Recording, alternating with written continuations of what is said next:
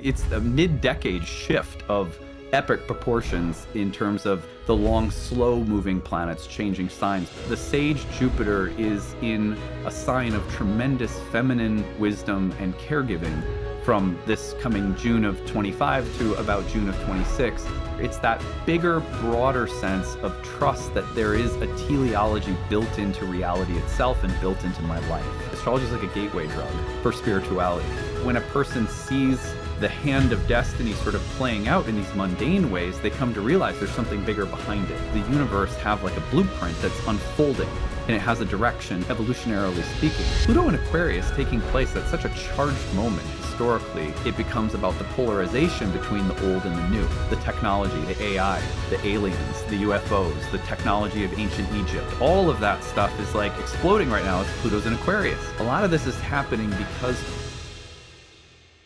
when I was a kid, there was this very specific moment where I was really scared of the dark. You know, a lot of kids are. My girls are going through that now, and we're helping them along. And I remember that I had a window that could see the night sky from my bedroom.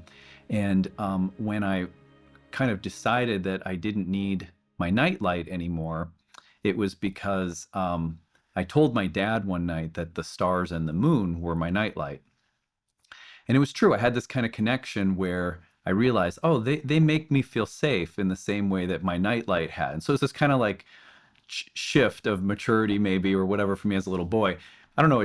That was an image or a memory that came to my mind when I named what would eventually become the school, and the podcast, like everything came from that idea or that image. But I think a very basic experience that ancient mystics talked about, I know you know this, and maybe some of the people listening know this, was the experience of impermanence, mortality, fear. There's life is so tentative, and what makes life so beautiful is how fragile it is.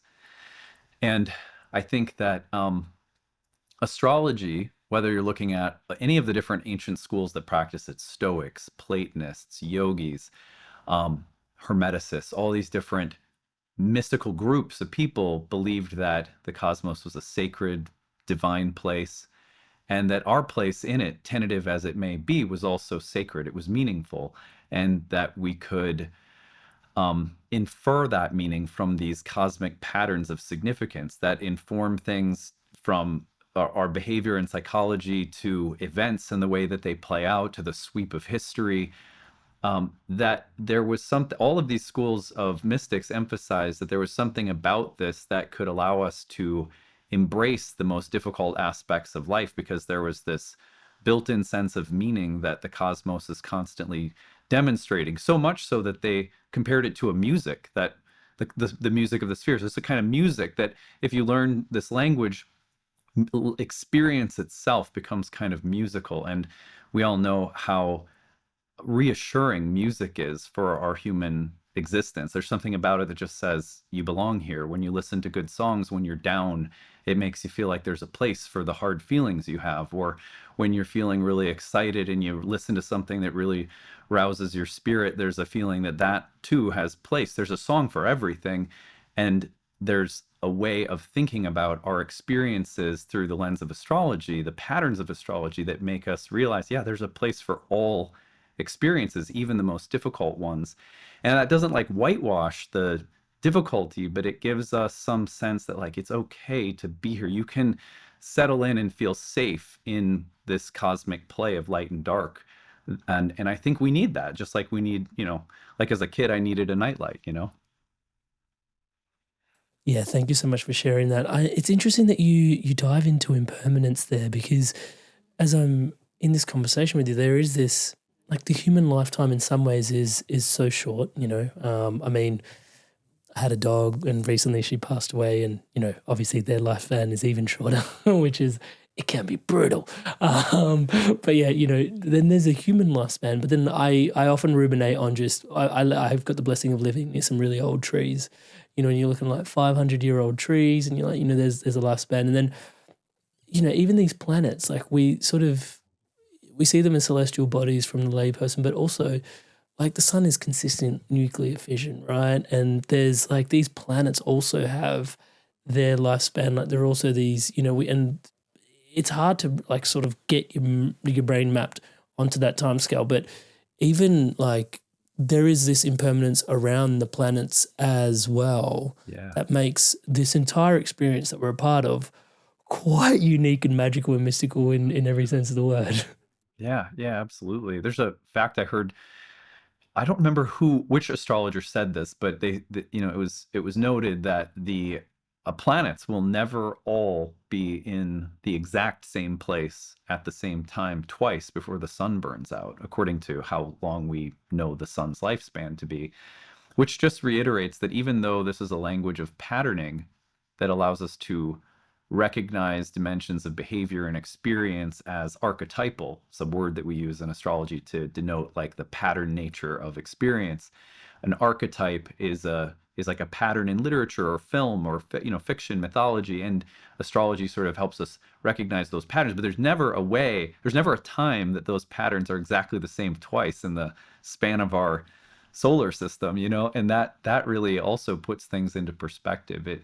It's a kind of 20,000-foot view that I think we don't want to use to escape the life that we're living, because astrology and many different mystical traditions can be something that we use to almost like zone out, or like. But I think when astrology is at its best, it gives us that vastness that, but it also can be so granular, right?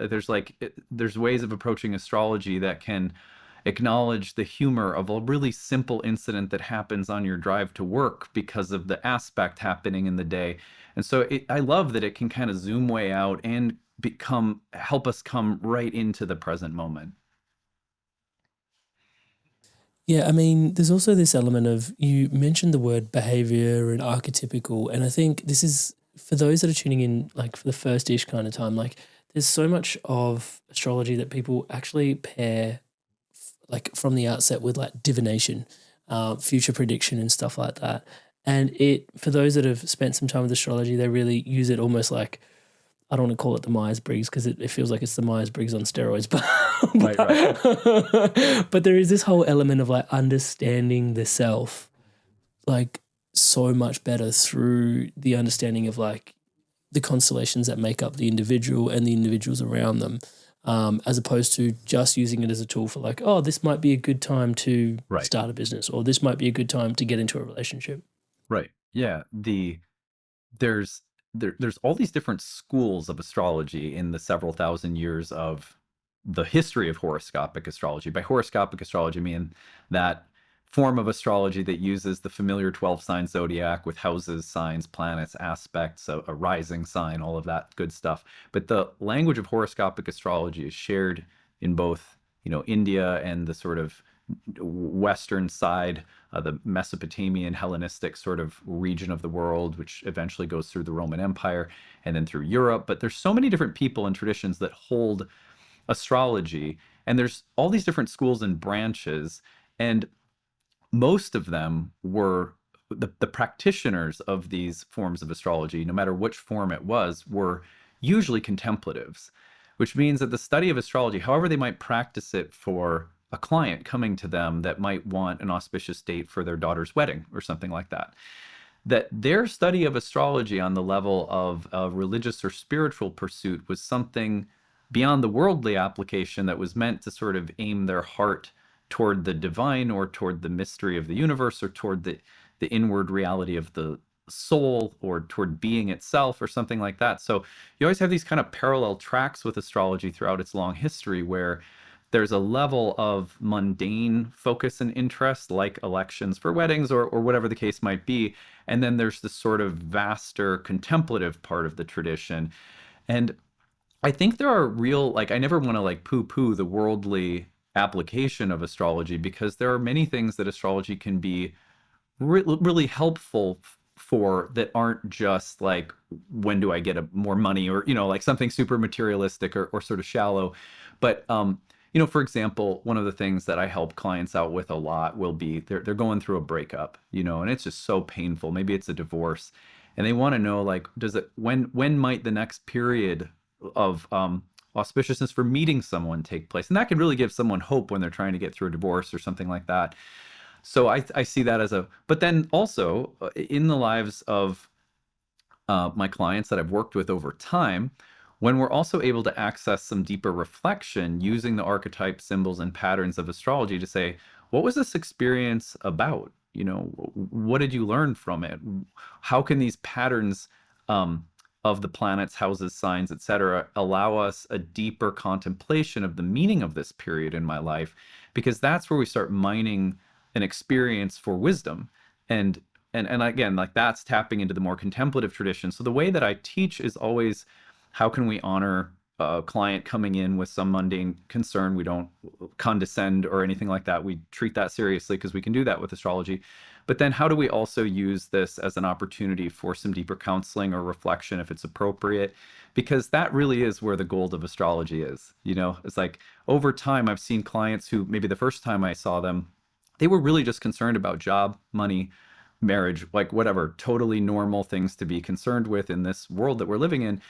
As time goes on, and as I've worked with them over the years, and we've had slightly more time, you know, as time passes, we go slightly deeper and contemplate these things in the soul's path in life. And I've watched people develop full on, you know, spiritual lifestyles because astrology, I always like to joke that astrology is like a gateway drug for spirituality.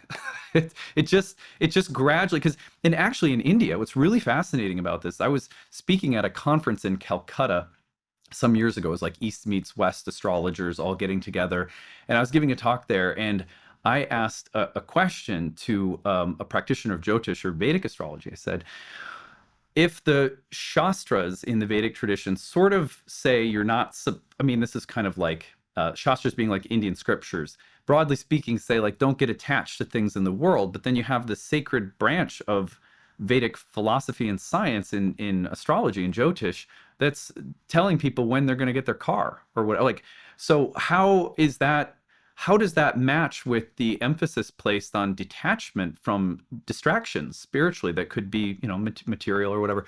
And the guy said, well, the astrologer that I asked the question to, he said, well, it's a very gradual process. People are at all different levels of their development spiritually as a soul from lifetime to lifetime. Now, this is obviously taking place in a paradigm where transmigration of the soul is just broadly accepted. And so he's like, you know, from one lifetime to, like, a soul may be, one soul over here may have a lot more being more ensconced in the material world.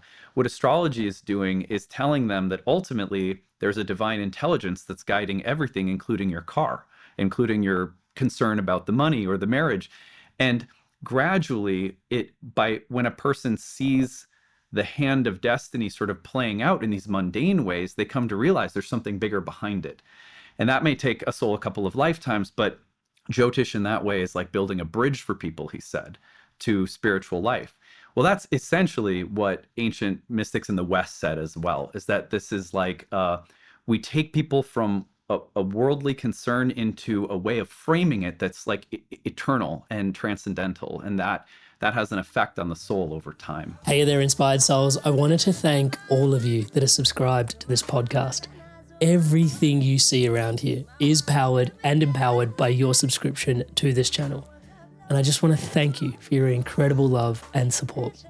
And to all of you that haven't yet subscribed, at the time of this recording, 80% of you that regularly watch these episodes haven't yet taken the time to hit the subscribe button. Please take a moment, hit that subscribe button, hit the bell notification icon, join the movement, promoting love, positivity, and wisdom like this around the planet together. Thank you so much in advance for your support. Like, your take on fate and destiny versus free choice, because you've had some experiences outside even of astrology where, like, you know, your own free choice, yes. You know, date and destiny, yes. You know, it's like, yes, all. And I was like, wow, like, actually, it all is yes. And I mean, yeah, how do you reconcile all of that? Or is it's not meant to be reconciled by the mind, but it's all present? Like, fate, free will, because, yeah. Yeah, that's like a huge, and it's such an interesting thing to note that conversation about the relationship between choice or freedom and free will and destiny or fate is ongoing, and these mystical schools and astrologers for thousands of years have debated the topic. So what I love is that somehow astrology has gone forward with practitioners who are very much in the corner defending free will, while you've had practitioners of astrology going on very much in the corner of fate, and then a blending of the two kind of all along the same timeline. What I will say, though, is that primarily in the ancient world, especially when I'm talking now about the Hellenistic world and the way that fate was conceptualized, and it's my understanding is that it's sort of similar in Indian philosophy, although I'm not a super expert on it. But they're really thought of, and this is very present, by the way, in Taoism as well, that they're thought of as like two sides of the same coin. That there's a conceptualization of reality that is, multidimensional, multivalent. And so while there's like a causal dimension, or sort of like a causal plane, there are also like acausal, nonlinear, transcendental realms that are co-present with these realms, in which everything possible is sort of known and existing simultaneously. That's like, that's kind of mind blowing to think about. But I feel like as soon as you say that, even even my 9-year-old gets that when I kind of talk about there being a way in which time is real and then there's something beyond time at the exact same time. She's like, oh yeah, like dreams. Like that was like, I was talking with this about her, and she was, she just got it. She was like, yeah. So I think we have to be like, this reality is like Terence McKenna said. You've ever heard him? He's like, reality is stranger than we can possibly imagine. So I think, but a simple explanation that I've heard that I really like about how fate and free will interact is that there is a level at which we have choice, and but there are, because our choices are taking place in something like a river where there's all of these currents and all of these influences and all of these other choices. There is an inevitability that our choices meet with, right? Like you put a choice into the stream and it combines with all of these other choices and it leads to outcomes. And as far as I've understood it, that would mean that a fate is the result of a choice, that there's a connection between a fate and choices, or patterns of choices, and not just ours, but this very complex ecology of choices in the river of being, so to speak. So on that level, like, a very basic example would be, someone chooses a lifestyle pattern that is toxic and destructive to their body. Maybe it's smoking. A lot of people struggle with smoking. I smoked when I was earlier in my 20s. I had to quit. It was really hard to quit. And I probably, because I only smoked for a few years and it was still a mighty struggle for me to quit smoking, I probably didn't have as great a risk of something like lung cancer, because I made a choice to end that pattern. But the pattern starts locking into an outcome like lung cancer the longer we do it. Science tells us that, right? So in some ways, when I think of fate too, I just think of the inevitability of choice patterns leading to outcomes.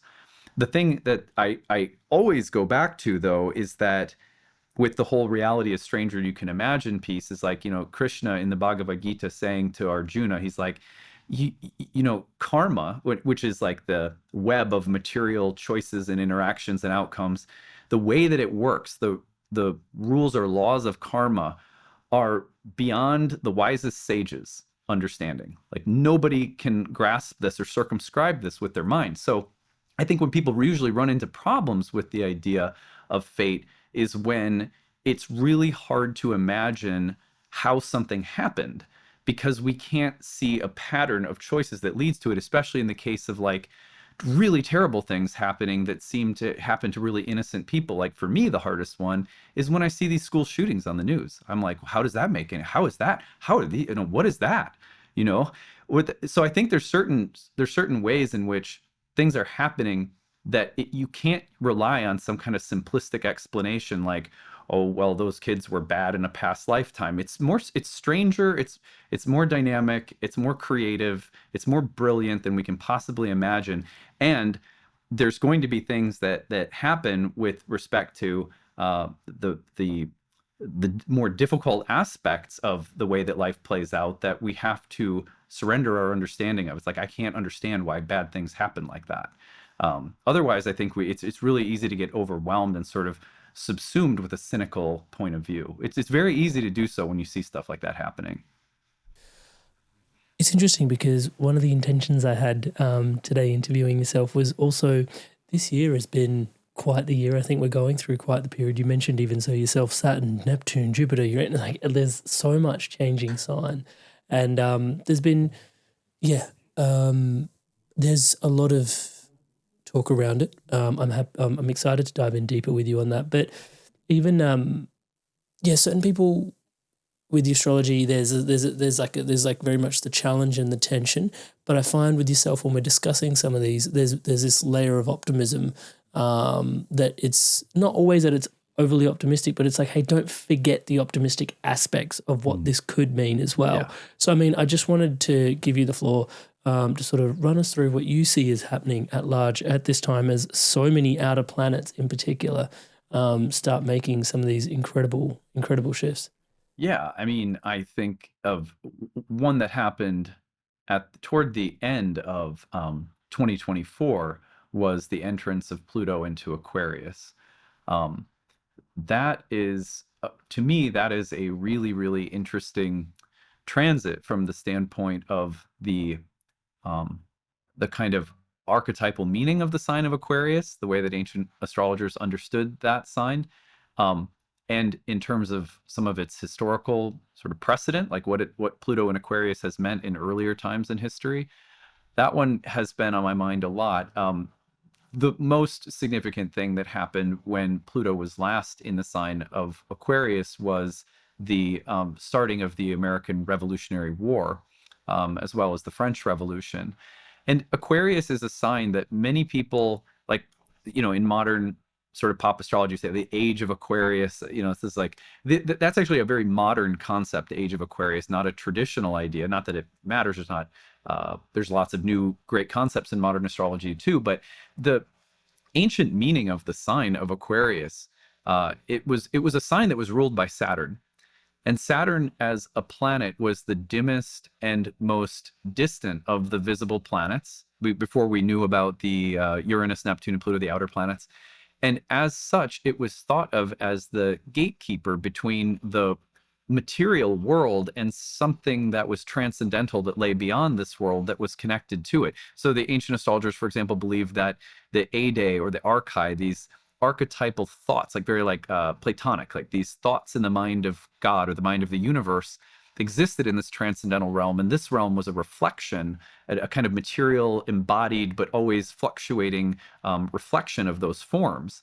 The planets are thought to bring those forms down into the world, and it's their interactions that govern the expression of life in the world, and that's the patterning of the universe, so to speak.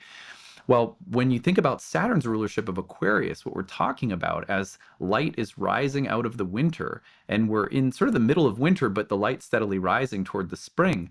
Saturn is the ruler of this sign because Saturn marks the threshold between the limits of this world and the beginning of the archetypal world.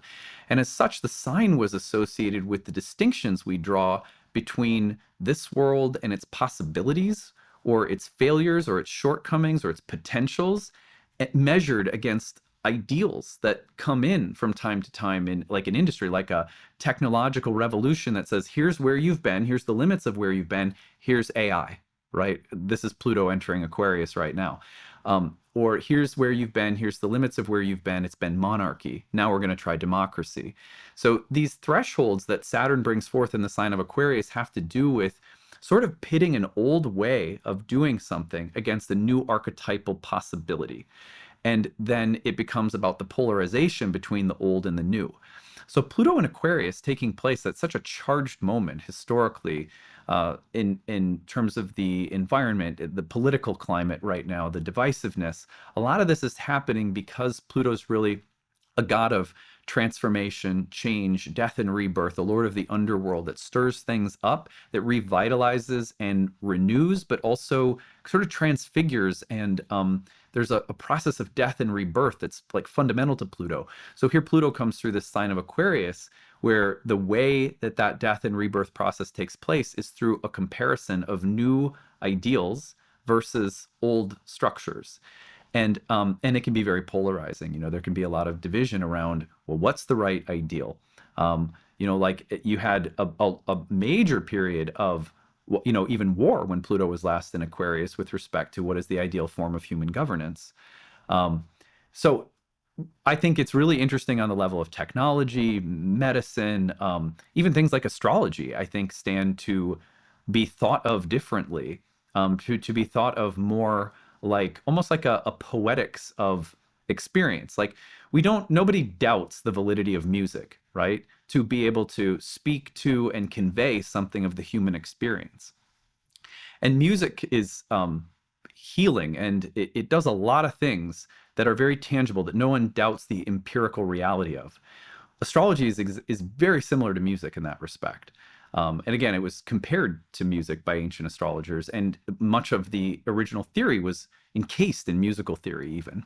But the point of this to me is that we're at a period where something like astrology, something like the technology of yoga, sound healing, gemstones, so many things that you might put in the woo-woo bin, have the potential during a Pluto and Aquarius period to be looked at more seriously, as does, I think, different ways of living and relating as people who share civic culture and civic and social in the social arena.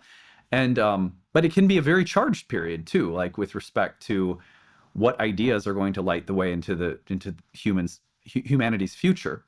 The other thing that's very fascinating about the sign of Aquarius is that the myth of the water pourer, that is the constellation image, is the water pourer is Ganymede, who's this fascinating figure.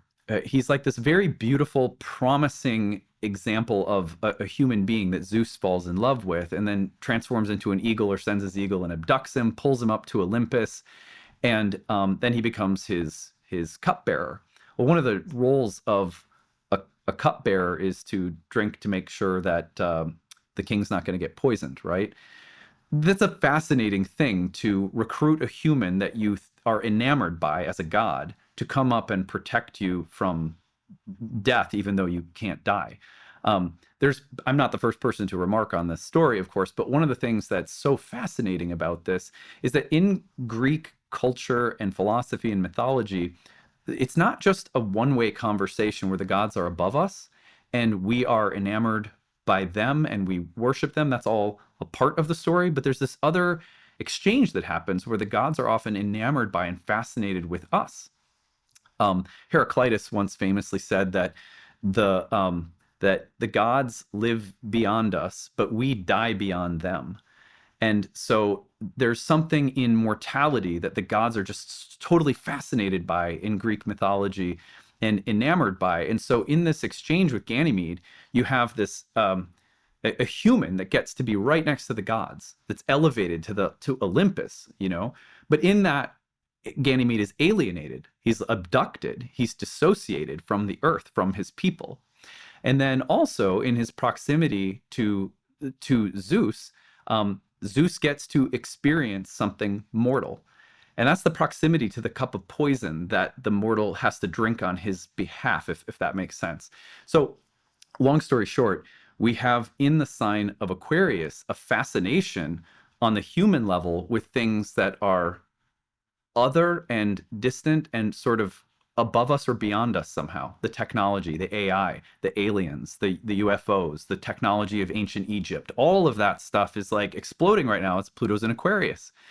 At the same time, there's a way in which, like, for example, the long history of human fascination with the stories of alien abduction, regardless of its factual history, right? Because I believe that probably things have happened. But on an archetypal or a psychological level, I think there is a longing to be taken up by things that are beyond us, to be enveloped and taken away from this world and exposed to something that is somehow beyond this world. Again, because this world is, there's suffering that we have to reconcile ourselves with. So this sign also holds out this really interesting promise, which is to have us look more carefully at how valuable and beautiful it is to be human. That it's that in our impermanence, in our animal bodies, in an ecological awareness, that there is something that even higher beings are in love with. So we can be in love with it. We don't always have to be looking for the next higher, greatest thing.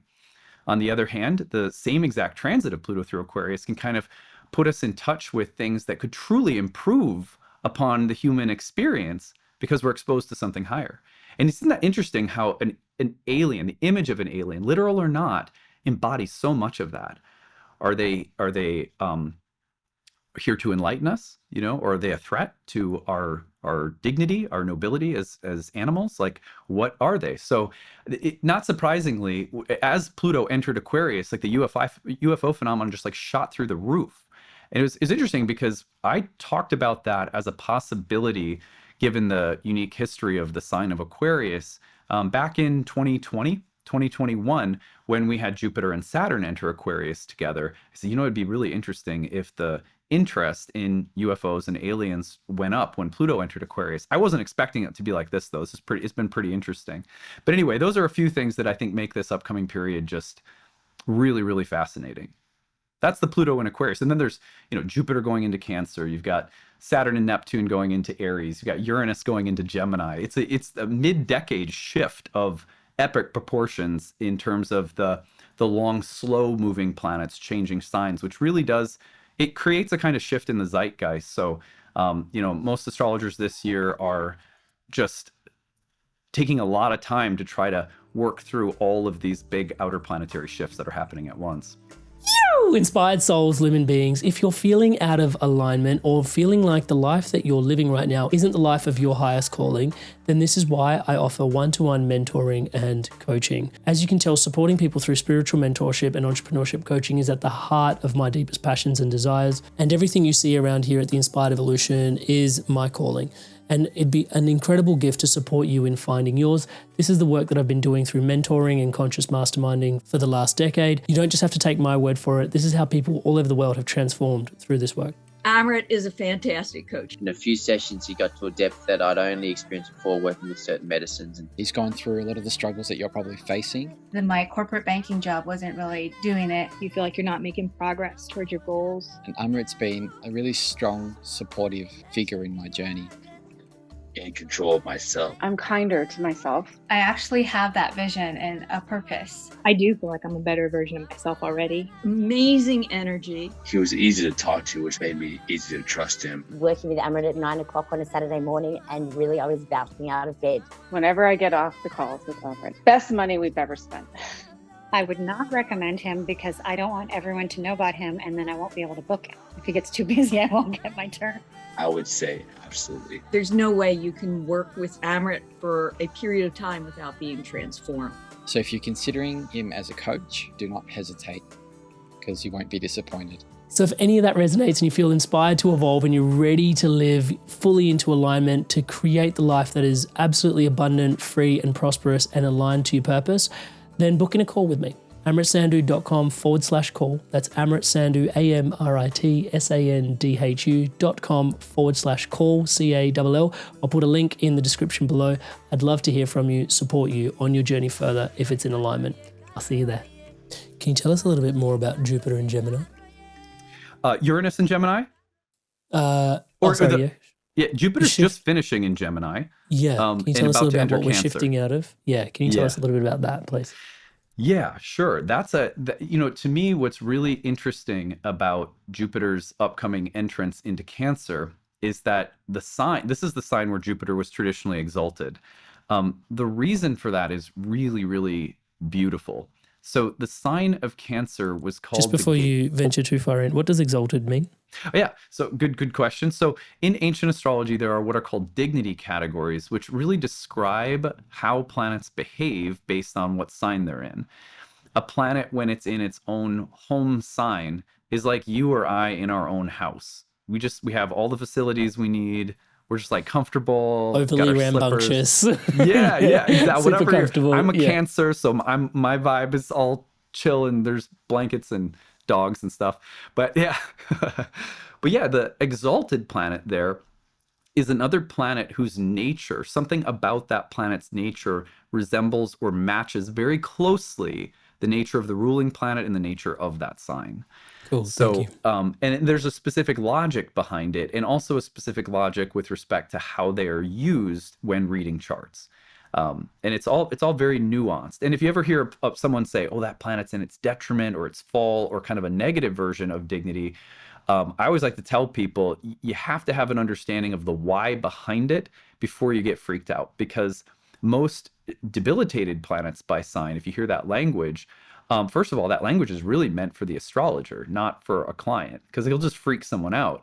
But even for the astrologer, what that's telling us is like for example, Venus in Aries it's said to be in its detriment. What does that mean? Well, it means that Venus has to act and behave herself in the home of Mars, which is like her polar opposite. So when she's in a Mars-ruled sign, she has to, it's like if I were to go to a restaurant and I don't like spicy food at all. I like, very bland food, let's say.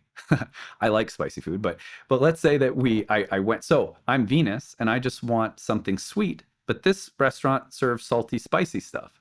That's kind of like Venus having to get her needs met in a sign that serves the spicy food.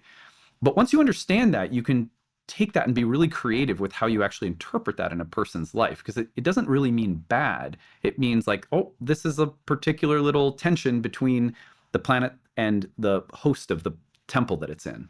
So anyway, that's just as a side note in case anyone hears that language and gets confused by it. But yeah, so it's exalted Jupiter in Cancer. And the exaltation is due to the fact that this sign was called the gateway of mankind.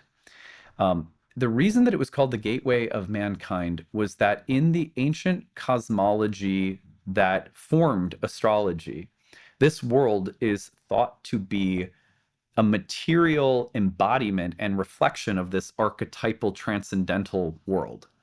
So for example, it's like if you ever read Plato in a college class or something like that, high school maybe, there's like a perfect triangle somewhere in the mind of the universe. But the only way that it can actually be real is for there to be instantiations of triangular shapes and real things in the material world that reflect it. So this is kind of a yin and yang marriage. So in that sense, Cancer is called the gateway of mankind because at the summer solstice, where Cancer begins in the northern, as seen from the northern hemisphere, the hemispheric orientation is relative and completely symbolic. So you could be in anywhere in the planet and use this language. But from the standpoint of the northern hemisphere, the sun is at its highest peak. And at that highest peak of its arc, it's closest to the pole star. And that pole star was thought of as a manifestation of that divine transcendental realm because it was unchanging and it was fixed and it never moved. And they believe that the nature of that world was static, as opposed to this world that's always changing. So when the sun is at its highest peak and it's closest to that realm, what does it do in Cancer next? That every day from the summer solstice forward, the arc starts sinking down toward the earth. And so that was thought to be the sun gathering the transcendental force of that world and basically impregnating the material world with it as it descended down into the earth. This is why Cancer is the sign of the moon, because the moon was the midwife through which, just like a woman giving birth. So the moon becomes the emblem of the material world because the moon's face is reflective. It embodies the reflection that this world is of that transcendental world. Well, Jupiter was a planet that was associated with sort of like the masculine version of the same idea. Jupiter ruled sperm, and Jupiter was the planet of, in the material world, was the procreative force that keeps things moving and churning, and also a planet that was associated with the unification of meaning and coherence and purpose. That this isn't just a random soup of stuff happening, that just like an acorn has the blueprint of an oak tree in it, so too does the universe have like a blueprint that's unfolding. and it has a direction, evolutionarily speaking. So Jupiter comes to represent that coherence of purpose, meaning, and the sort of divine seed spreading out into the material universe. And the moon is like the feminine womb that contains, receives, and births it. So those two planets together in Cancer have that logic behind them. But what's so cool about this is that when Jupiter's in this sign, you get some of the themes that end up coming up are they're just really remarkable. So because you have the expansion of Jupiter in a sign that has so much to do with the fostering of life in the material world, and the moon was also a planet connected to things like nurturance, creating the feeling that life is both safe and meaningful is kind of a moon-Jupiter pairing in Cancer.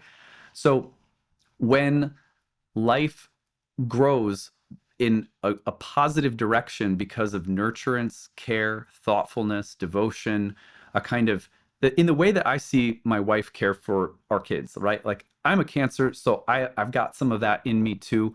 But there's nothing like seeing someone who's really, really good at caregiving plants or animals or children or anything, and you go, wow, like I don't have the patience for that, or I'm developing the patience for that, but like not like my wife has. She's a Cancer rising, she's a double Taurus, and I'm even a Cancer sun, but she's still like light years beyond me in terms of her patience, just the tenderness that she approaches things. Jupiter in Cancer can really enhance that sensitivity, that care. And whether that comes into play with learning an instrument, like playing a musical instrument, or developing a craft, or developing your relationships in the workplace, it's as though the sage Jupiter is in a sign of tremendous feminine wisdom and caregiving from this coming June of 25 to about June of 26, in a place where it's just so comfortable making things grow through TLC. So it's a great place for Jupiter for the next year. Yeah, thank you so much for clarifying that. There is this piece that I've noticed around your work where you also refer to Jupiter as purpose, direction, meaning. And this is where I get a little bit like, huh? Because I previously have associated Saturn with purpose, direction, meaning. I'm sure the answer is going to be both are correct, but there's nuances between the difference of how they do that. Can you enlighten us on that? Well, it's a perfect segue because in June, as Saturn has just entered Aries, we get a square between Jupiter and Saturn. And their synodic cycle with one another, the Jupiter-Saturn cycle, is one of the most intimate cycles tied to the ongoing revising or changing of both societal structures and also like paradigms, like thought structures or systems of belief, or even laws. The reason for this is really interesting. So you're right, it's both. In a way, like all planets are associated with the ongoing development of purpose in life, because they all kind of play a role in the evolution of our spiritual purpose and so forth. But Jupiter has to do, like if I had to make a distinction, what I would say is that Jupiter gives you that kind of big, on an instinctual level, like a big broad sense of faith and trust in the life you're living, in the path that you're on. And the hard turning points for Jupiter in our lives, like as Jupiter's transiting or wherever it is natally, are typically those places where we go, I don't know what my purpose is. And it's never, as far as I can tell, it's never usually that we need it spelled out. Like this literally in a linear sense is your purpose, as much as it is a felt sense. I'm on a path. This path has meaning. This path has heart. You know, as Carlos Castaneda said, like this is a path that has heart. If we feel that, like that's Jupiter. It's that bigger, broader sense of trust that there is a teleology built into reality itself and built into my life. And I think like many people that I see as clients in astrology are looking for that feeling more. And if I could help them, it would be to get to that feeling more than, well, it's going to be found by accomplishing this or getting that or whatever. But Jupiter helps us evolve in our understanding of purpose as in a much bigger way. Like it's like broader, more philosophical, spiritual, or religious, and usually very instinctual. So a Jupiter transit through a person's 10th house will often fill them with a sense of faith and meaning in their life because they go through a period where their career feels like it's on a path again, something like that. But they'll be disappointed when Jupiter leaves the 10th house to be like, oh, it's getting a little bit more mundane again, right? Well, it's like Jupiter's kind of constantly moving through our chart, sort of renewing our sense that there's a direction here, there's a purpose here. Now, Saturn is really interesting because Saturn provides purpose, especially in its dynamic cycle with Jupiter, in what I would describe as like a via negativa. So Saturn's really good at helping you remember you have a purpose by saying it's not that.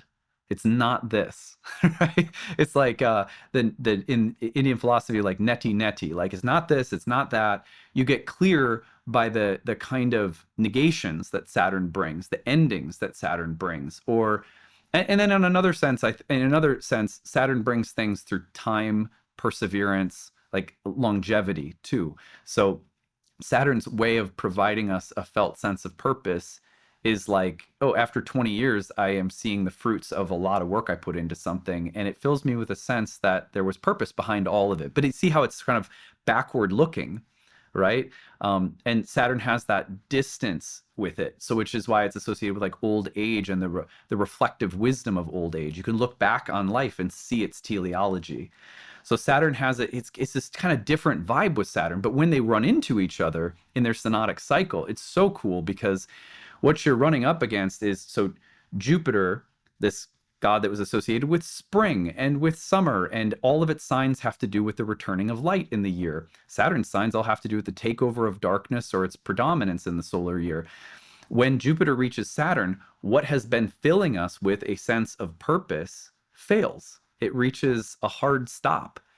Jupiter-Saturn squares, oppositions, and conjunctions are usually about moments where a new path, a new direction, a new sense of destiny or purpose is being reconfigured, revised, refined, and especially when they run in through their squares or oppositions, like we're having this June, usually things come up that require us to say, oh, well, this thing that was giving me a sense of direction or purpose is no longer. And so I have to revise, reflect upon it, revise, redirect, and sometimes reconstitute various structures in our lives that act as the expressions of that sense of direction or purpose. That can happen in any way, though, like marriage, career, money, health. I mean, it can be in so many different ways that it takes place, which is why we got to look at the transit of Jupiter and Saturn by, say, like your houses in your birth chart and stuff like that. Yeah, I really love that. So one kind of buoys you into places and the other one sort of stress tests you to sort of make sure that you're kind of like, that's really helpful. So, and then there's also this real piece at the moment that is the 0 degrees of Aries. I mean, it seems to be this creative point in the zodiac like no other in many ways. And then you've got multiple things going on around there, and maybe that perfectly segues into Saturn. Yeah, Saturn will be meeting Jupiter in their square as it's like right there at 0 Aries, 1 Aries, right around there. And both Neptune and Saturn have entered that 0 Aries space recently. It's been a real Aries first part of 2025. We had a Venus retrograde in Aries, Mercury retrograde in Aries, solar eclipse in Aries, and then then Neptune and Saturn enter Aries. So it's just been like boom, boom, boom. But the great thing about, so the sign of Aries is a sign where at the spring equinox, the light takes over. And in that place where darkness is handing over to light for the next 6 signs, so we're in the predominance of the light or the light half of the year, the marking of that transition is made in the temple of Aries through the rulership of Mars and the exaltation of the sun. So those two planets they both have like a real heroic thrust to them. They're very much like both planets that bring up themes like individuation, independence, courage, bravery, facing fears. And so when you get these 2 planets, Neptune and Saturn, it gets pretty complex because you're dealing with a Saturn that has a very difficult time in this sign. Saturn its nature is in the fall equinox where it's exalted, right? So it's like a polar opposite. And so, for example, I'll just tell you a quick story. Saturn in Aries, in terms of its debility, you think about Saturn as death, endings, winter, impermanence, old age, etc. Right as Neptune entered Aries, right as Saturn entered Aries, we had the news that a very well-known solar figure in Joe Biden has, advanced cancer, I believe it was. This is and we had a pope that died almost instantly as, Neptune and Saturn are transitioning into Aries. These are figures of light, like sun figures or Mars figures. They're leaders, or they're central figures of authority within a church or a government, even if they're not in office anymore. And Saturn comes in as the planet of death. And what does it order at the B&B? Well, it has to order what's in its own nature. Like, what do I want for breakfast? Well, I like winter. I like, old age. I like death and endings and impermanence, like all the Saturnian things that are like heavier parts of life. And it's ordering them from a place that only serves Sun and Mars kinds of things. So that's why you sometimes see the difficulty of like the loss of leaders, or the downfall of leaders, the corruption of leaders, all difficult. There's a lot more to say about that, but the simple point here is that there's a very strong urge to initiate processes of individuation, growth, courage, starting new things, pioneering, trailblazing, all Aries-like qualities. But with Saturn and Neptune, there's also a process with those two planets in particular of like disillusionment, of working through doubts, of figuring out what's real and what isn't, of dealing with frustrations and failures and ineptitudes and weaknesses that will color this path. So when I was in high school, Saturn was in Aries last, and this is like the perfect Saturn and Aries story. My freshman and sophomore year, I went through 2 years of being badly bullied at school. And that was Saturn and Aries period, right? And so I had to learn how to cultivate a sense of self-worth and dignity against an oppressive reality at my school. I grew tremendously. I ended up leaving high school and going to a community college where you could get credits for high school and start stacking up some credits for college at the same time. It was like a program that my high school offered. So I went and did that. And all of a sudden I was taking philosophy classes, and I was among adults who weren't bullies, or relatively speaking adults. They're in their people in their 20s. And I realized, like, I made a choice that I am not going to put myself into this position anymore. I'm taking off. I'm going in my own direction. I had to sort of stand up to that force and choose my own path. So the initiating quality of Aries, that's so bright and pioneering, and it's good for entrepreneurs, and it's good for people who want to start things. With Saturn and Neptune in Aries, though, it's like there's going to be some really tight, oppressive forces that make you doubt what you can do, but you got to do it anyway.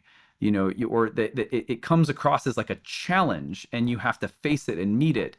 So, it's not like the typical Aries. You get the Sun in Aries or Mars in Aries or other planets in Aries. These two planets in particular are like, well, they're going to test your mettle. You know what I mean? Inspired souls, living beings, at the moment we're putting together an online community attached to this Inspired Evolution podcast. So if you're loving this podcast and feel called to support the podcast, or you want to ask questions of the guests yourself, that's one of the features of the community.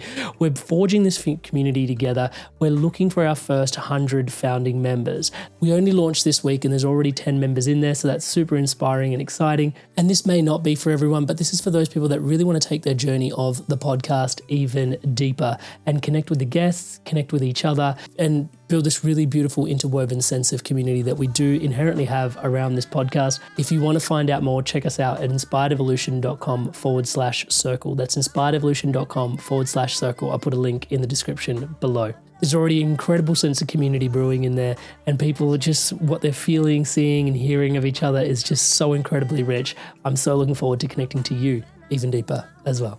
See you there. Yeah, thank you so much for illuminating that. It's really interesting time, like you said. So through here at large, where do you think this all starts to, I don't want to say use the word soften because it sounds like it's really intense, but when it seems like there's a major transit going on across so many different dimensions, when do we start to sort of stabilize a little bit more outside of this energy? Well, so I have two answers to that I have been finding myself giving, because this is not the first time that I've been asked this question in the past year. I think a lot of astrologers are fielding that question. These are really intense transits. Like Neptune in Aries last ingress was the Civil War. I mean, so you got the Revolutionary War last time Pluto was in Aquarius, the Civil War last time Neptune was in Aries.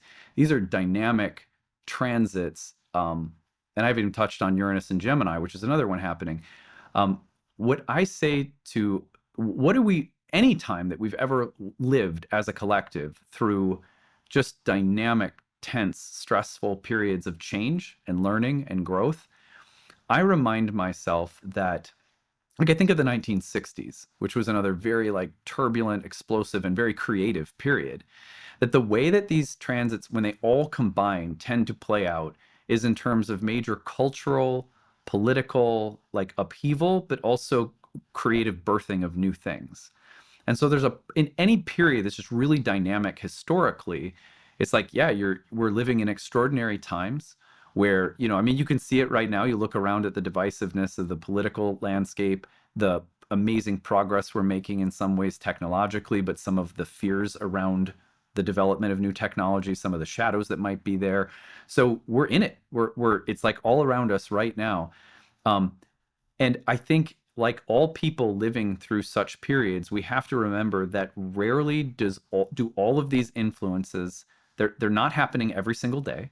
They're not expressing themselves 24/7. They tend to happen in big events and, punctuated moments that shape the drama collectively. So we don't have to feel like it's something we have to manage every minute of every day. We have to be just passengers in the vehicle that's, like, in some ways watching things unfold. I think we have to find our place to contribute something, whether that's just in our creative work or our relationships. It's like we have a sphere of influence. I think the important thing is not to try to push ourselves beyond a realistic sphere of influence that we have in our lives. Like for me, it's like my work as an astrologer, as a dad, as a husband, as a friend to the people I know, as for my clients or students. Like that's my sphere of influence. Can I be present in this dynamic moment historically with love, kindness, optimism? If I bring those things into my sphere of influence during a historical period like this, that's how I think, like that's what I can do. That's the thing, that's my controllable factor. But the other thing I think of is, it's like the main thing is to keep the main thing the main thing. And I think that's what are our daily practices. Practice maybe is too like heavy a word. It's like, what do you do to take care of your body every day? Are you drinking enough water? You get enough sleep? Are you resting well? You're taking care of your nervous system? Do you have things that kind of help you regulate your nervous system? Do you go within? Do you have some quiet time or reading time or journaling or walks in nature? Like, what is it that allows you to go within and to commune with your higher self or your deeper inner gnosis that's there? And it's like, to me, regardless of what the transits are, they could be the most wild transits or the most like basic that exist in astrology, and the same thing would be the best way to handle that day of transits always, which is like, take care of yourself, love the people around you, cultivate all of the best virtues be a heart-centered person.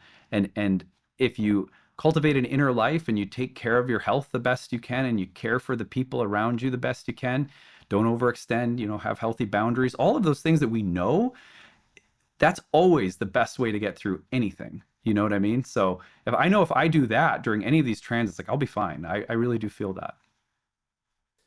Adam, I just wanted to tune in at this particular point because some people are going to want to connect to your work deeper. What's the best way for people to do that?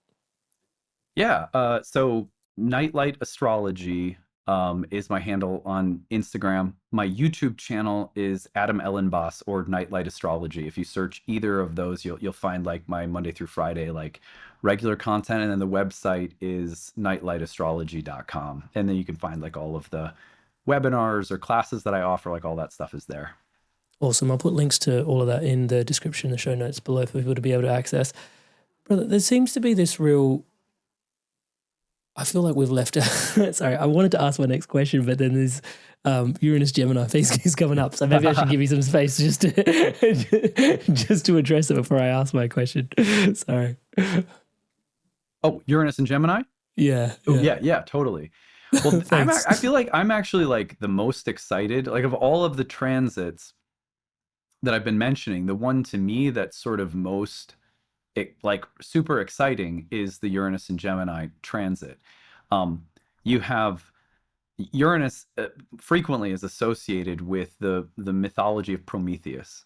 So he steals the fire from the gods. And Uranus is a planet that's often associated with innovation and sort of rebellious defiance of norms and revolutionary activity, whether that's intellectually, technologically, or spiritually.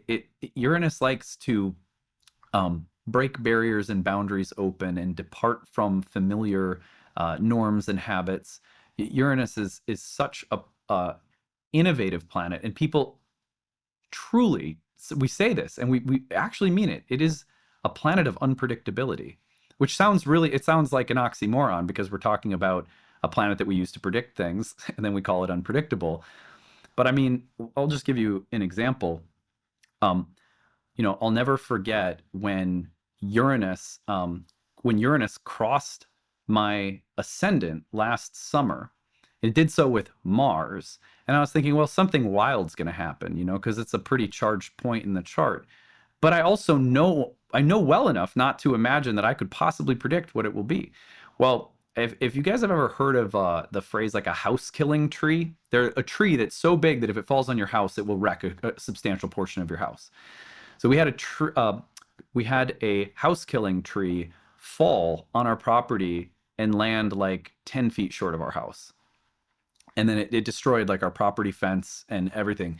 What I was like, and then on that morning, Mars and Uranus on the ascendant are like a particularly hairy transit. So I was like, this is one I was like kind of freaked out about. But I also, the morning before this happened, I fell down the stairs. Like, I'm a grown ass man. Like, what am I doing falling down? It's like, but anyway, I fell down the stairs. So I never could have predicted. Now let's like throw Mars in the mix and you have a little bit more like unpredictable mayhem. But Uranus is another great Uranian story. Is that one time I had a Uranus transit going on and I went to a baseball game. I used to like going to baseball games by myself with my journal, and I would just get real zen watching the baseball game, sort of just taking notes, the ideas for the podcast, stuff like that. And I was sitting there doing that, and I was drinking an iced tea. And I was at a period of time in my life where I wasn't drinking caffeine. And for whatever reason, I spaced on the fact that iced tea contains caffeine. Like, how could I possibly made that mistake? Well, I had like over the course of like a 4-hour game or whatever it was, I had like 4 of them. And then Uranus was hitting a sensitive point in my chart. I ended up staying up almost an entire 24 hours because of the caffeine. I hadn't had caffeine in like 2 years. I ended up staying up for almost like 24 hours and just going into like a fugue state of creativity, which blossomed into some really successful podcast episodes on my channel. But like, that's Uranus. It's like how I never could have predicted that would be you know what I mean? So Uranus and Gemini is super cool because you've got Uranus in Mercury's double-bodied air sign. This is a sign, this is like a tremendously innovative sign already. And now you throw Uranus, this unpredictable, wild, wily kind of trickster innovator, and I think we're going to get some really exciting things. For example, it was during the 1940s that Jean Piaget, I want to say that's his name, but he developed a bunch of new ideas about developmental learning in children, and he ended up becoming the director of the International Bureau of Education, a position he ended up holding for a long time. His ideas aren't necessarily, in vogue anymore, but at the time he was like a true innovator in developmental education for children. And that all came while Uranus was in Gemini. Or Dennis Ritchie let's see, he was born with Uranus in Gemini, and he's the one who developed the C programming language. Right. So you got a ton of, or like another really great example, if you like electronic music and innovators in electronic music, very Uranus and Gemini. Brian Eno was born with Uranus and Gemini, total innovator in that space. So like those kinds of things to me with like Gemini are very, very creative and really interesting. But there's also like some of the most interesting developments in intellectual history like existentialism coincides, some major moments for existential philosophy coincide with Uranus and Gemini, which is very much like the nature of Mercury, to just question everything or to throw everything into a kind of cosmic doubt. Like existentialism, it gets pretty close in some respects to certain strands of like Buddhism. They're not identical at all, but there's like that deep level of doubt and sort of taking the idea of an underlying substance away and just sort of living with the void. The Uranus and Gemini. Gemini, as a sign ruled by Mercury, the antithesis of Jupiter that likes to create that cosmic sense of coherence. Mercury's job is to fill us with sacred doubt, which is also, really, it serves a role. So, yeah, and like the tricksters, though, like Mick Jagger, Uranus and Gemini, lots of things with respect to the development of major breakthroughs in like technology, including the Manhattan Project. That was like, that has a lot of huge ramifications. Jet engine, penicillin, like lots of stuff like that. And then there's one other thing here that's kind of interesting. Yeah, so because Mercury is also a sign that's gender, or a planet that's gender fluid, Uranus in Gemini tends to be about the revolutionary discoveries around gender and sexuality. So in the 40s, the Kinsey Report was published, and that was a huge breakthrough in terms of our understanding of human sexuality. For example, it made it very clear that same-sex activity among men was far statistically greater than had ever been believed. It made it clear, for example, in a very, sort of puritanical Christian influence culture, that masturbation was super common. Like stuff like that, where it's like, here's Mercury being like, traditional gender roles, like the iconic image of like Rosie the Riveter. She's got the muscle and she's got the bandana on. In the World War II, the women going into the workplace, Uranus and Gemini. So yeah, there's a lot of like really just like very innovative norm and tradition breaking qualities of Uranus and Gemini, that especially when you pair it with Pluto and Aquarius. The trine between those two planets over the next few years is also going to probably coincide with significant, really fast, rapid breakthroughs in computing and technology and artificial intelligence and stuff like that too. Like we think that it's like, wow, it's really taken off the past couple of years. Wait till those two planets get together. You'll see it going in just like adding jet fuel to the fire. Thank you. That's probably why I needed to ask that. I wanted to ask, because you've explored many different modalities and, invested heavily into your inner work, let's put it that way. And I wanted to understand from yourself, astrology, it's quite obvious tuning in that it's supported you with your relationship with life. And obviously it's supporting others with their relationship with life. Not Loud Astrology, how has it supported you with your relationship with death? Yeah, a lot. I've only, in my own personal life, there's been maybe 4 or 5 deaths, mostly grandparents, that have been a part of my personal experience since astrology has been like a big part of my life. But, at this point, over 15 years, I've seen thousands and thousands of clients and been present for, hundreds and hundreds of death transits or death events in astrology, so to speak. And yeah, so I've gotten to hold space for people grieving and processing death through astrology, and I've gotten to experience some of it myself. But I think one of the things that has happened for me at every step of the way, like I'll never forget this experience. I had Saturn opposing my sun, and I got kidney stones. And it was like pretty much down to the minute that Saturn was opposing my sun. And I was sitting there, and I was at an astrological conference when it happened in the middle of the night, and I had to be taken to an emergency room. And then one of my colleagues ended up coming to see me in the hospital the next morning. And as I'm like, I hadn't processed the stone yet, but I was on pain meds and stuff. And I was able to find laughter and curiosity and a kind of dark humor, I guess I'd call it, in the experience, because I was aware of the reflection of the experience in the astrology. And there was no need for me to understand why it was happening, but the astrology gave me just a felt knowing that this is the time for this to happen, that this is okay that it's happening. It's part of the story. It's part of my life. There was a level of acceptance that I don't know that, I mean, I hope I would have had, and I certainly don't think you need astrology to have that kind of faith. Many people have it without astrology, but astrology for me is a way of, there's something corroborating, yes, this is sacred. Yes, this is sacred. Yes, this is sacred. Even death, even loss, even grief. You know, like even I just recently had a transit in my chart that reflected we just got a puppy.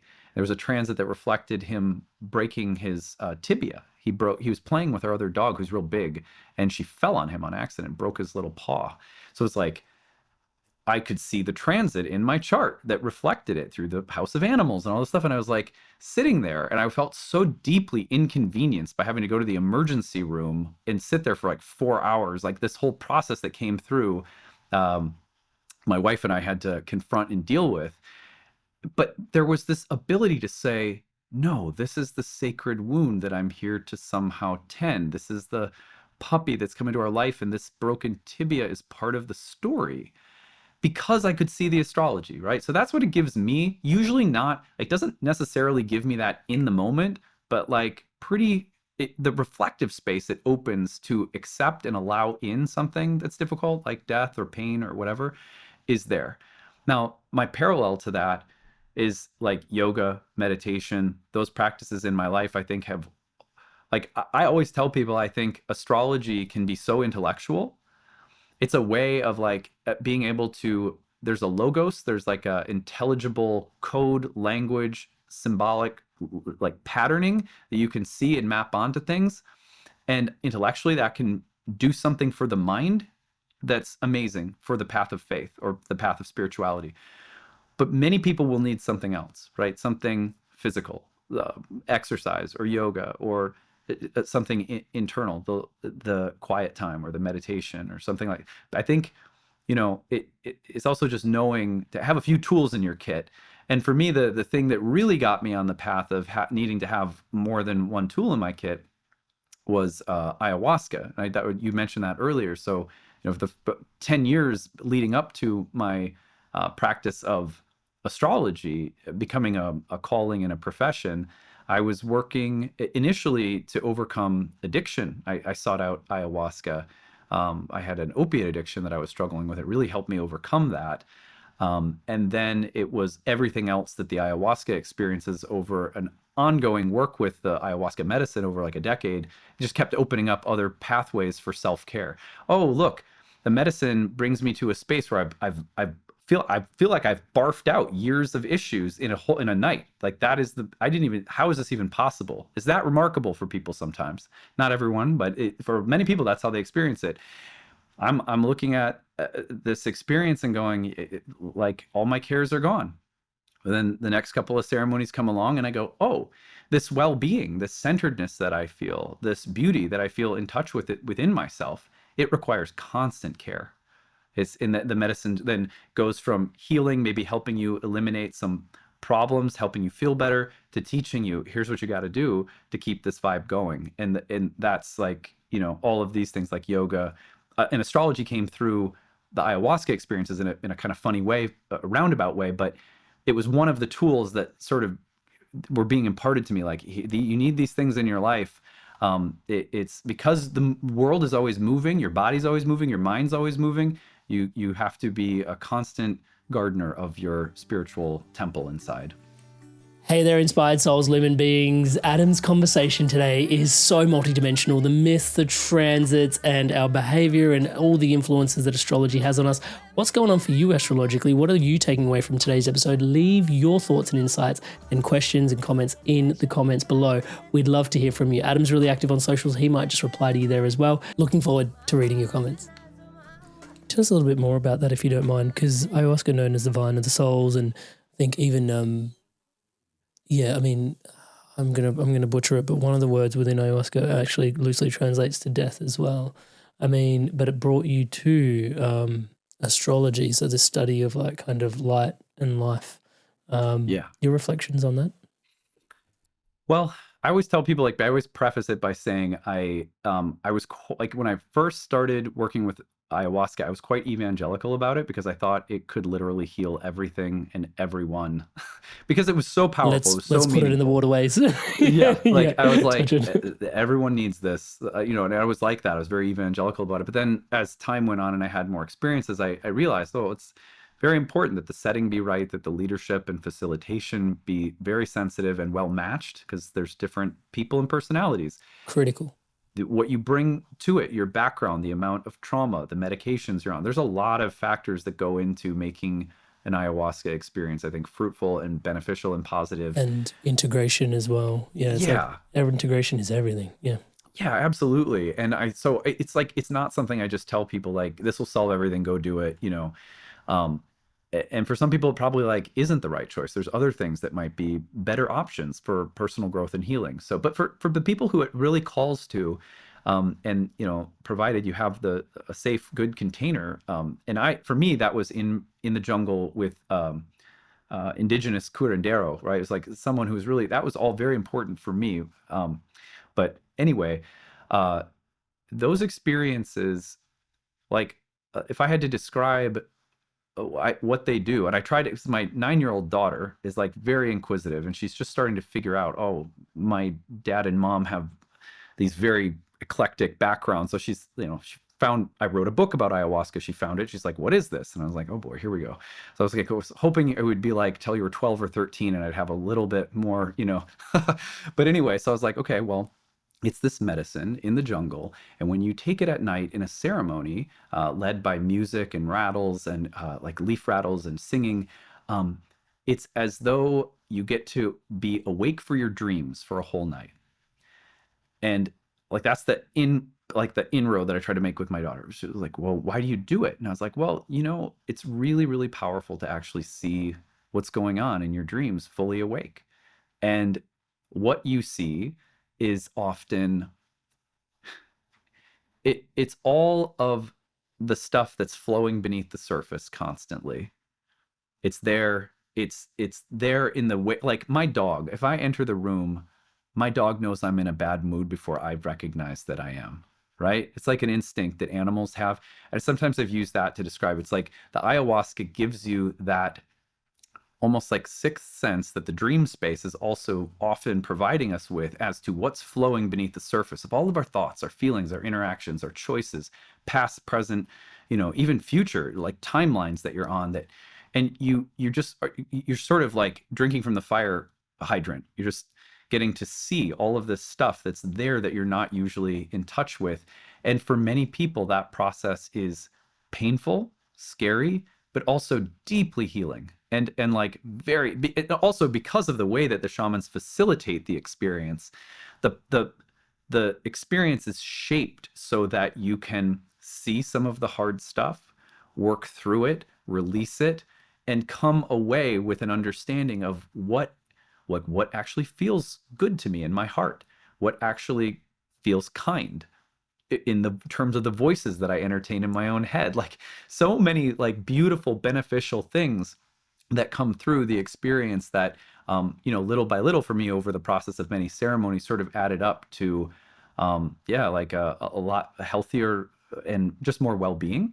And then, but more importantly, it's not like it does everything for you. It really gives you homework. It's like, okay, this, you now know what the kind voice is, and it's going to be much easier for you to cultivate the kind voice if you don't listen to this kind of music. Or if you don't listen to, and I'm not trying to say what anyone should or shouldn't do, or I don't want to mean to be puritanical or moralized, but it's like each person has certain things that are going to be positive or negative influences, people, places. I had to stop drinking because I realized, oh, I am someone who has the genetic karmic background of addicts in my family. And there's no space for me to have a really healthy, moderate relationship with substances. Well, that's unique to me. Like my wife, she can have a beer, it doesn't affect her. You know, she's like fine. She's never had addiction like that. So it imparted so many things over a long period of time as to here's what we're going to let go of. Here's what's not been serving you. Here's what's caused a lot of unnecessary pain. pain is also a part of life. Here are the best practices you can have to live and live in it and through it while keeping steady and happy in your heart. Yeah, thank you so much for sharing that. I mean, yeah, there's a lot of discernment that's required in and around that space, and you've shared it so beautifully, especially as you navigate it with your 9-year-old. There was a point just a couple of moments ago that I wanted to highlight as well, because you mentioned like how supportive astrology has been through life and death, and I mean, I used to find, and pardon me for this, I'm just going to call it because I can feel the tinge of judgment that I carry, the heavy judgment that I carried at times. People would say, oh, now's not a good time for me. Sorry, Mercury's in retrograde. And I remember being like the engineer, Amrit, and sort of feeling into that and going, can we just get grounded for a sec? Like, it's like, do you know what I mean? Like, I found it such like an ungrounded comment when people would say that to me. Like, of course I was going to miss my flight. Like, Mercury was in retrograde. Right. And I was like, just show up earlier. Like, the engineer in me was just like, because my lens in engineering was also planning, project management, and all this sort of stuff. Sure. And it's interesting as I've evolved and over the years, like, yeah, I now kind of get it, you know, and I don't find myself using terms like that because I have my own sort of like narrative around how I perceived myself, like others, and how I would perceive myself saying stuff like that. But there's this really weird shift that I've gone through that's been quite seismic in and around as I've matured, or maybe just my life and my makeup, touch wood. But it's been really interesting watching, all said and done, how grounding the study of the stars, as you described earlier. It's like I knew my dog's tibia, like what the actual factual, like my kidney stones. There was this deep sense of humor even as I'm going through this, like, like I can't even begin to go there with you, and I kind of don't want to touch it. Right. But you know what I mean? It's this really weird, like, grounding that it does provide you going through. And I guess there's those primordial forces, right? Order and chaos, and it's helping you on the nth degree and the granular degree make order out of the chaos. I just wanted to get your sense on that. Yeah. So something that you may be really interested to read, and maybe the listeners out there will be too, although it's a denser book. I warn that because it's dense with history and philosophy, but it's called The Moment of Astrology by Jeffrey Cornelius. And it's in my opinion, it's one of the best books written on the nature of astrology on a philosophical level by a PhD astrologer and someone who has a great understanding of its historical and philosophical background. But that book the subtitle is called Origins and Divination.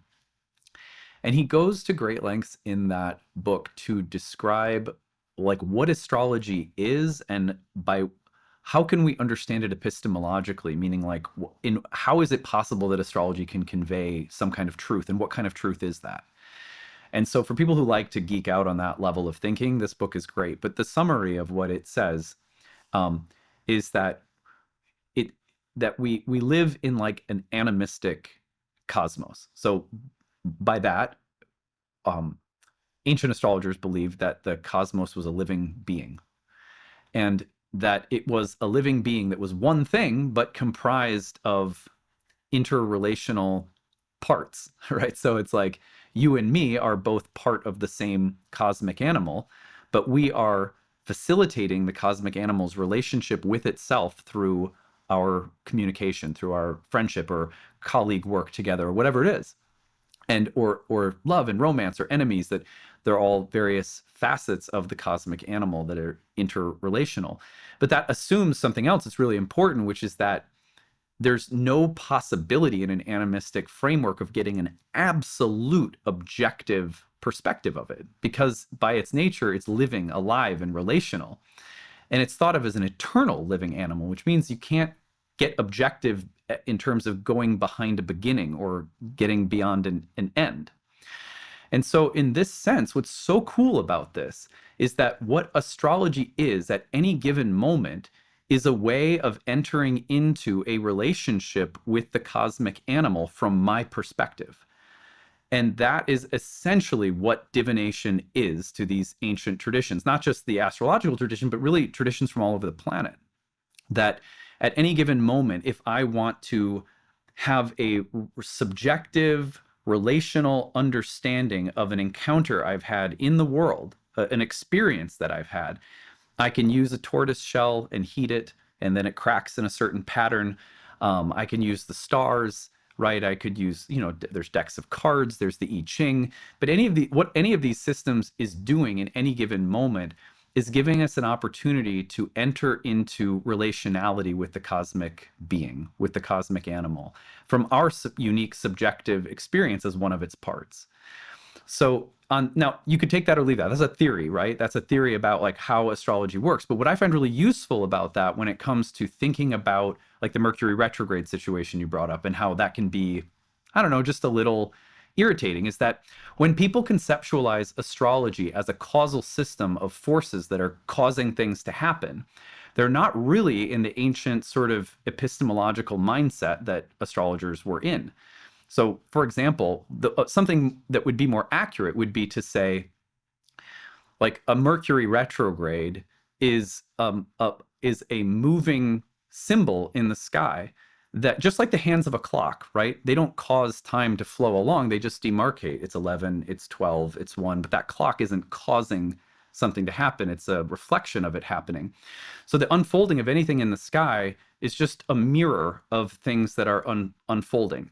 And the idea is that, like anything in nature, because it's a part of the overall intelligence of the universe, has the capacity to do that reflecting, which is why a crow landing on a branch could speak something of intelligible meaning in reflection to your experience, right? Animal omens and so forth.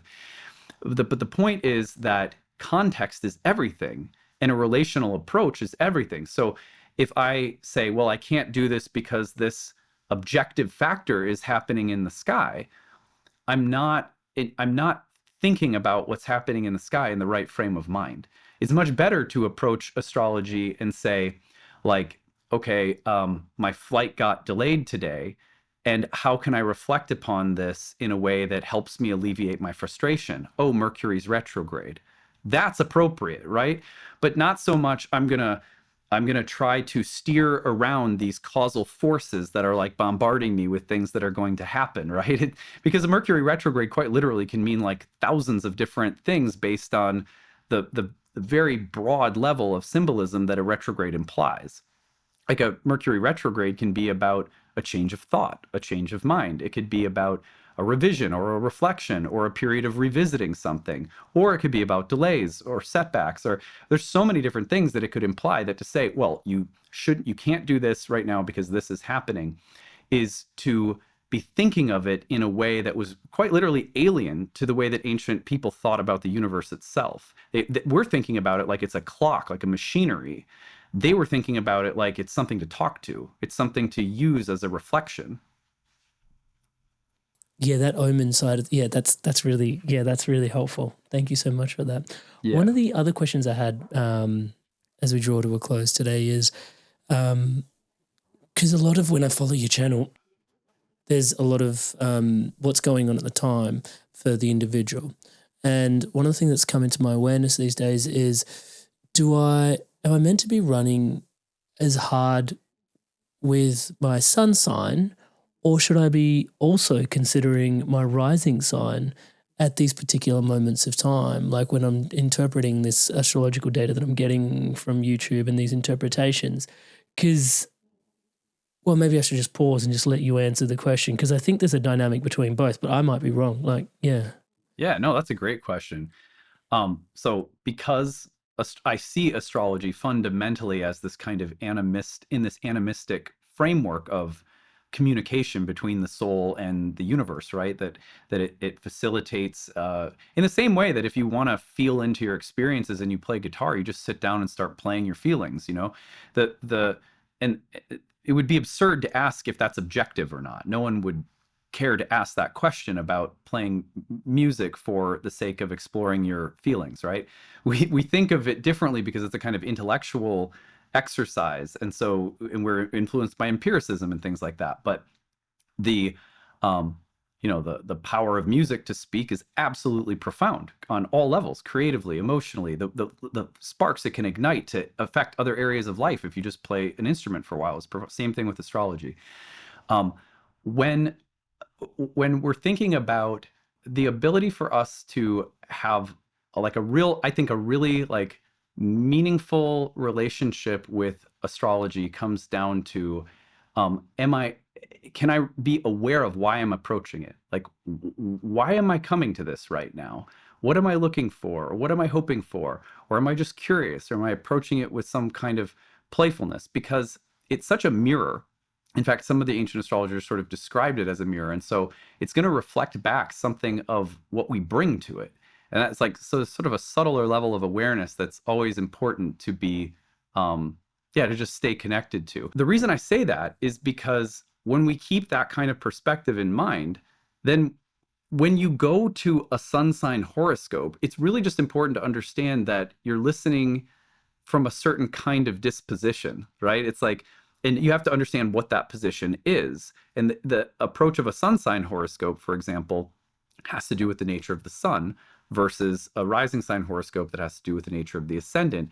And I think rather than thinking of one as more accurate, it's important to think of like, well, why would I use each one? So, for example, the sun was as a symbol in ancient astrology, in a birth chart, in terms of character, behavior, personality. Planets in the first house, which is called the rising sign, planets in the first house or that rising sign, or the ruler of that place, or planets closely aspecting the degree of the ascendant would be far more important to the assessment of character, personality, behavior, psychology than the sun sign, generally speaking. But if the sun happened to be one of those planets, then of course it would be included. Whereas the sun sign in a birth chart would have more to do with one of the words that was used to describe the sun was daimon. If you're familiar with that, it's like the idea of like a spirit guide that is going to keep your life path moving on the track of its destiny. And so the sun is really about the overarching like storyline of your life. Now, is there meaningful intersection between character and the arc of a story in a movie? Usually, right? Like, but there's sometimes where there's not. Like, I would say, in the case of, maybe that's a story about an addict who is learning how to be sober, and they have to do a lot of self-work, and they have to recover from addiction and mend relationships and got to completely change their life. And that there's movies like that. We've all seen them. Well, the story of recovery, the story of addiction and recovery is like the sun. It's the arc of the story. The character in that kind of story is really important because that could be the sun in the first house, because the story runs right through a transformation of character. But there might be other movies where, let's say, like Saving Private Ryan. This is a story about bringing back a family member because his other brothers had passed and they didn't want all of the family members to die. If I remember correctly, the storyline was something like that. So they go to get this guy. That's the arc of the story. And the characters in the story were all very memorable, but it wasn't like a story that was driven by hardcore character development. It was more like all of these people are on this mission and there's this overarching story and you're just following it. So what's really interesting is that the assessment of the sun sign in ancient astrology has more to do with understanding the arc of the life story. And it's kind of like intended destination or direction, whereas the ascendant and planets in the first house aspecting the ascendant, ruler of the ascendant, would be the ones associated with character. And then if there's overlap between the two, that could be really meaningful. But when it comes to like horoscopes, a sun sign horoscope can therefore be a horoscope that you listen to get a broader kind of zoom out view of the life arc, right? Just like, where is the path of my life heading? The same thing we use in a technique called zodiacal releasing, which is a way of breaking our life into meaningful time periods ruled by certain planets and taking place in different portions of our birth chart. That timing technique from the ancient world has an application through what's called the lot of spirit. And that technique is giving you timelines that have to do with the overall trajectory of life purpose and destiny. Whereas if you go into another version of the same exact timing technique, you're looking into things like marriage, or you're looking into things like money. So the different timing techniques are applied to different planets that govern different topics. If you listen to your rising sign horoscope, you're going to get, because ancient astrology and Indian astrology utilize what are called whole sign houses, you're going to get a version of the transit. Like if we're doing the month of June's horoscope, we're looking at Jupiter entering Cancer, the Jupiter-Saturn square, Uranus entering Gemini, or whatever it is. We're going to be in the rising sign horoscopes. The transit of those planets will correspond with its actual transit location in your birth chart, because the rising sign is going to give you the same configuration of houses that your birth chart does. So if you want a horoscope that is accurate to the actual transit positions in your birth chart, you always listen to your rising sign. But you can also, because remember, it's all, why am I doing this? What angle am I taking to approach this cosmic animal to commune with? And if you know, there's so many different angles you can approach through, right? So you could say, well, I want to know something more like the overarching purpose. Listen to your sun sign horoscope. But you could, I mean, that's what's so interesting about astrology. We call it multivalent, because every time you go to your birth chart, I always tell people, think of it more like a magical wishing pool. It looks like a static thing, like a blueprint, or, like you're an engineer, so it looks like a schematic or something. But every time you approach it at different stage in your life for different reasons or meanings or purposes, equipped with all these different techniques, it will speak something utterly unique, because it's really facilitating a kind of oracular animistic connection with the soul of the cosmos. That's the perspective anyway. Adam. It's been super fun, man. I've really enjoyed this. Brother. Thank you so much. I mean, for enriching, I can feel it, and I speak on behalf of everyone that's tuning in. I mean, yeah, for enriching our path, our story, our walk with your work. Like I said, links to all of your work online, which is incredibly rich as well, and regular updates, which is the blessing of astrology as well, which is really fun to follow some of your favorite astrologers online. Brother, I will put links to all of that below. I definitely want to thank you for your time and your energy here today, of course. And what's not lost on me is obviously that this is also your life's work, so much that you've put onto yourself to sort of come to here. And, I'm sure, 10 years from now, hopefully we're still doing podcasts, having chats like this, and, and just watching like how much the journey continues to enrich. But we get to stand on today's conversation, the shoulders, of the past and everything that you've carried within yourself to the work that you do. So thank you for your time and energy today, but also, brother, thank you so much for you. Yeah, I really appreciate you, man. Well, thanks, man. I love what you do, and you do so much to facilitate thoughtful, deep, sensitive inner work, and that kind of thoughtfulness, especially, I'll just say, I think it's special for men to be doing this work. I think that it's important that men be doing this work in the world right now too, just to facilitate greater healing and depth and sensitivity. So I just really appreciate you, your spirit, and all that you do to bring such thoughtful conversations into the world. And I'm just honored to be a part of it. Brother man, thank you so much. Inspired soul, you've made it through to the end of another incredible episode. You've made it right the way through to the end, so obviously you do really like this episode, so please do take a moment, hit that like button, hit the thumbs up. It really helps with supporting this video on its trajectory around the internet. You can literally support and power the movement by doing so. Now, also to all of you that are subscribed to the channel, I have to take this moment out to thank you all for your incredible love, your support. Like I like to say, everything you see around here is powered and empowered by your subscription to this channel. All these guests that come on because they feel the intensity and the magnitude of the platform that's here, and it's built on your shoulders. It's you, it's a co-creation, it's all of us together. So thank you so much for your incredible love, your support, and ultimately your presence, your heart, your being. To all of you that haven't yet subscribed, please do take a moment. At the time of this recording, only 20% of regular viewers are subscribed to this channel. So 80% of you watch regularly but haven't yet taken the time to subscribe, touch wood. So please do take a moment. Hit that subscribe button, hit the bell notification icon. 2 episodes like this coming out every week to champion and support love, positivity, and wisdom around the planet.